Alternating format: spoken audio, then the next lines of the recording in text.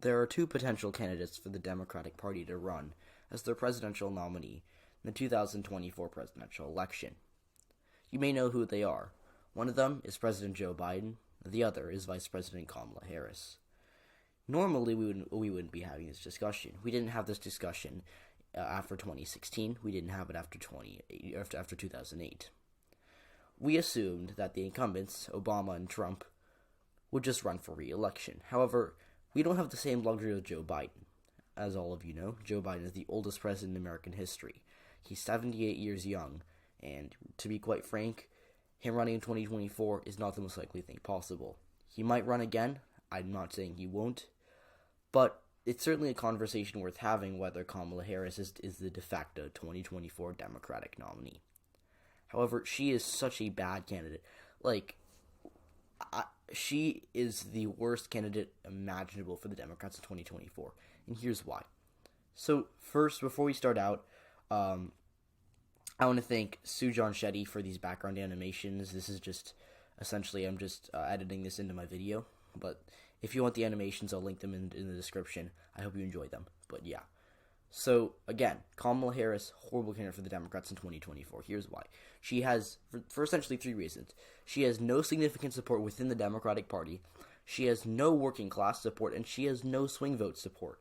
So Joe Biden won the 2020 presidential election in a, it was a pretty close election. People are saying it was a landslide. It was not a landslide. It was a narrow win for Joe Biden. I mean, had he done 150,000 votes, or actually we don't even have to look at Michigan. We can talk about Georgia, Wisconsin, and Pennsylvania. If he'd done just 50,000 votes worse in Pennsylvania, 22,000 votes worse in Wisconsin, and 14,000 votes worse in Georgia, he would have lost all the states and lost the presidency. So the notion that Joe Biden won the election easily because he got over 300 electoral votes in the end is completely false. This election was close. It was not. It was. I actually predicted the election fairly accurately, but it was really, taking a look at the state of the country, it should not have been that close. Joe Biden won because he had enough appeal to suburban voters, enough appeal to the white working class that he was able to get those. He was able to get those states back. It's also worth noting that Joe Biden defeated a historically unpopular incumbent, Donald Trump. Donald Trump has a very enthusiastic base. He won a lot of competitive states like Florida, Ohio, and Iowa, to say the least. But he still was not popular. He had I think heading into the election, he had a 40% approval rating. And he was so polarizing. He made no attempt to reach out to people who weren't a part of his base. And he could have won the election had he just used better rhetoric. And I firmly believe this. I think that if Donald Trump didn't bungle the first presidential debate and use better, more unifying rhetoric, took more accountability for his handling of the COVID-19 pandemic, he would have won the election. When you have the vast majority of the electorate saying that their financial situation was better in 2020 than it was in 2016, and the economy had seen growth under him that had not been seen for decades, he should have won that election easily. But it was his rhetoric, in his lack of taking responsibility for a pandemic that many believe that he bungled. So it should not have been that close to begin with. And Trump blew it, to be honest with you. Biden also blew his chances to landslide, and Democrats blew their chances of not a really super majority, but a pretty big Senate majority. Instead, had to come back and win surprising upsets in the Georgia runoffs. So, just to begin with, Joe Biden is not a historic. He's not an electoral juggernaut. He has a good electoral history. There's no denying that. I mean, from the start, he's been winning close elections. I mean, he won his first Senate race against a decently popular incumbent. It was pretty close. He only won by a couple thousand votes. But Joe Biden is by no means an electoral juggernaut. He's not Obama in that he can win states like Indiana. He is not someone like Joe Manchin, who managed to win Senate elections in West Virginia. He is not an electoral juggernaut, and he's still significantly better than Kamala Harris. So going back to Kamala Harris, she was a bad pick for vice president. I don't know why Biden picked her. As a Californian myself, there's not enthusiastic support for Kamala Harris.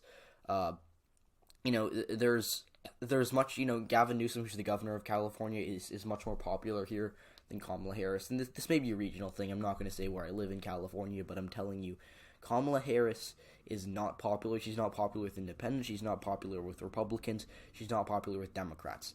So this whole notion that Kamala Harris is popular, even in a state as blue as California, is, again, not one we should be taking seriously.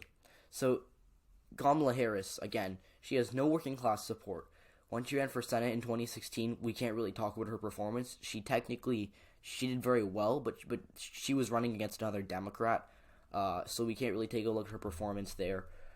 She won the majority of counties, as you can see, but she really did not, she didn't really have a legitimate election. So instead we're going to take a look at her first Attorney General election. So as you can see, it was pretty close. Kamala Harris, she won this election by only around 1%. So Kamala Harris, again, this was a decent amount of time ago, but we're still talking about someone who does not have a great history of winning elections in California. She only narrowly won her first election, and she's not that popular here. And when you take someone who's not that popular in a state that voted for Joe Biden, he got 65% of the vote here or something. That does not work very well in a state like Michigan, Wisconsin, Pennsylvania, Ohio.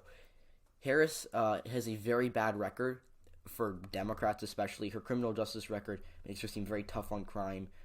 She was kind of, in the eyes of a Democrat, she was kind of destroyed in one of those Democratic debates back in 2019 by Tulsi Gabbard, who called her out for withholding evidence that would have released people in prison for, smoking marijuana or minor drug offenses. Record as a prosecutor, and that she'll be a prosecutor president, but I'm deeply concerned about this record. There are too many examples to cite, but she put over 1,500 people in jail for marijuana violations and then laughed about it when she was asked if she ever smoked marijuana. She blocked evidence. She blocked evidence that would have freed an innocent man from death row until the courts forced her to do so. She kept people in prison beyond their sentences to use them as cheap labor for the state of California, and she fought to keep cash bail system in place. That impacts poor people in the worst kind of way. Thank you, Congresswoman. So, again, the progressive left doesn't like her. The working class, as I mentioned earlier, does not like her because she has made no effort to reach out to them. Similar to Hillary Clinton. Hillary Clinton, she had a good last name, but she really made no attempt to reach out to the working class in a state like Wisconsin. She lost the state. It was a horrible loss for her. It was embarrassing, really. She should have won the state quite easily, and she only campaigned there. She didn't really campaign there. She campaigned there once, and it was in April of 2016 when she was running against Bernie Sanders in the Democratic primary. Sanders ended up winning the Wisconsin primary, so she really was not that strong there. And Kamala Harris was not that strong in the primary either. She didn't win a single state. She dropped out in November of 2019 before the Iowa caucus happened. And she started off with a lot of support. She had a good opening debate. I remember watching it, and she really she tore Joe Biden apart in that first June 2019 Democratic debate. I do not believe you are a racist. And I agree with you when you commit yourself to the importance of finding common ground. Mm-hmm. But I also believe, and it's personal, and it was hurtful to hear you talk about the reputations of two United States senators who built their reputations and career on the segregation of race in this country. And it was not only that, but you also worked with them to oppose busing. And she surged in the polls. At one point, she was close to nearly a third of Democratic support. But after that, it was all downhill for her. She ran a really bad campaign after that. She didn't really have her group. The suburban voters were, they were kind of more into Pete Buttigieg and Joe Biden. The left wing of the party was backing Bernie Sanders or Elizabeth Warren. The moderates were behind Klobuchar and Biden, or Buttigieg and Bloomberg to an extent. But really, she didn't really have any appeal to a certain group of voters the way other candidates did. And that's why I think she'd lose in 2024. Now, of course, the Republicans could run someone absolutely awful. I think Nikki Haley it would be close, but she'd probably lose to Harris. Same with someone like maybe Ted Cruz, I'm not sure. But it's more than likely that the Republicans are going to run someone who is more Trumpian, like Ron DeSantis, Josh Hawley, Donald Trump. And I think that right now the Republicans are probably either going to run DeSantis or Trump, both of which I think would defeat Kamala Harris pretty handily in the Electoral College. I mean, like when we think about this, I think Trump would if we're seeing a Trump versus Harris matchup, I think Trump would probably do well enough in the Rust Belt, well enough in the Sun Belt to win the election. I mean, in 2016 he won the 3 big Rust Belt states. I think he'd win probably 2 of those. Again, he might lose Michigan or Pennsylvania, but he would do well enough with the working class to win that region. In the Sun Belts, we haven't really talked about the Sun Belt yet, but the Sun Belt, Kamala Harris, she does not have great black support. I don't think that she'd do well enough with the black voting states like Georgia and North Carolina to get the Biden numbers. And I don't really know how well she'd do with Hispanics. I think she could do all right with Hispanics. She'd, maybe get kind of in between Biden and Hillary Clinton margins, but I'm really not sure. I haven't really looked deep into Harris's numbers with Hispanics. She actually ran against a Hispanic, Loretta Sanchez, in her 2016 Senate campaign. But again, that she was another Democrat. We can't really compare a Democrat on Democrat performance in the Senate race. But Harris, again, she, like I've been saying, she has no appeal to any subgroup. There's no one group that she can count on. Joe Biden, it was black voters in South Carolina are the reason he's president right now, and I say that with 100% certainty.